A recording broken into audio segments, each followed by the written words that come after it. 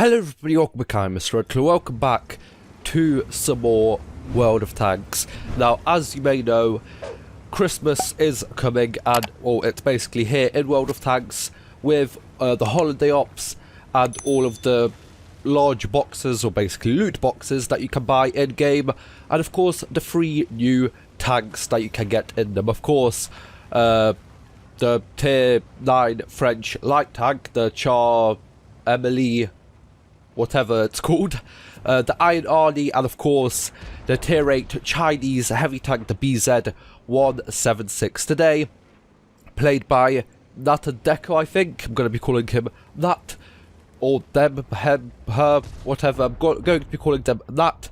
And as you can see right away, what this tank is all about. You can see the boosters at the back. Basically, you get 4 kind of boosts per game, and it has like a cooldown in between. And basically, you can go from going 30 kilometers an hour forwards with 600 horsepower and 10.51 horsepower per turn ratio, up to 45 forwards, 1,500 horsepower and 26.27 horsepower per turn.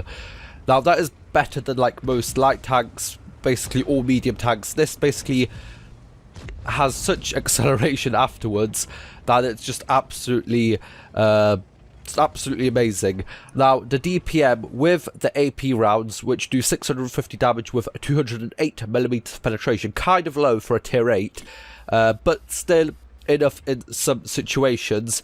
Yeah, the DPM is 1627, so not really the best. The aim time of 3.36 and the dispersion of 0.44 is definitely not good. So this basically isn't a sniper tank. It's basically a well-modified KV2 at tier 8, I guess you could call it, but it's definitely not nothing like that. It's way faster with the boost, can actually bounce quite a lot, as it has 240 on the front of the hull and 250 on the front of the turret, with 152 on the side of both and 60 on, at the rear of both. So really good front armor, really decent side armor. The rear not so good, but it's still an absolutely brilliant tank that you can bounce quite a lot of. And there, as you can see, the high explosive round not penetrating the new tier 9 French light tank. Now the high explosive rounds do 800 damage and have 225 millimeters of penetration, so slightly higher penetration and even damage, but of course that comes at a cost that you're not, if you don't penetrate fully, you're not going to do the full 800 hit points of damage. But your DPM actually jumps up to 2002 from that 1627, so it is a very big increase. And as you can actually see, Nat over here loading mostly the high explosive rounds. He had 24 at the start and 6 AP rounds. I guess we are going to see if they make use of the AP rounds this round, as you know, 208 millimeters of penetration isn't really that much, especially when you're against you know, like a Jag Tiger, a TNH, a TVZ-51, and even the BZ-176, and there's 2 of them on the enemy team, and maybe even a T-34 if you don't have their hull armor. No one else is there to say about this tank. Decent view range, 380, you know, for a tier 8 heavy tank, it could be worse. 1,550 hit points of health, which again, kind of average, not bad, not excellent. But now the best thing about this gun, or one of many good things about this gun, it's a 160mm caliber gun. So with those AP rounds, you might actually have the raw penetration values that you would need to penetrate through things. But 160, that means that you're going to be penetrating a lot of different kind of plates on many different tanks. Now, I'm pretty sure it's the 3 round rule. I'm pretty sure it is. Like, you can it is. So yes, you can basically penetrate any 52, or is it 53 millimeter armor thickness. Doesn't matter what angle, doesn't matter how many penetration you have on that round, it's basically going to be able to penetrate through every single time, which is one of the major bonuses of this tank. And if it wasn't for that, I think it wouldn't be as good, but it still would be really good. Now that over here up to 3,800 damage already. Now is it going to be even more? Is he going to be able to reload in time to hit the Barask? No he isn't. 3 kills as well. Now as you can see, the rate of fire is only 2.5 rounds per minute, so that's only 23.97 reload time, just stock, of course. And that over here is using a food consumable, probably has a really decent crew. As you can see, his aim circle isn't really that bad, so he probably is using some vents, maybe some avert stabs, maybe, I'm not really sure. I don't think you would take a turbo on this. The 30 might not be that fast, but I think with the boosts you can use them strategically when you need them, and then you can just kind of survive with that 30, and I don't think you would want to waste a slot on the turbo instead of kind of focusing on the gun to make that as kind of usable as possible, as that puts in 933 damage towards the Charfuter.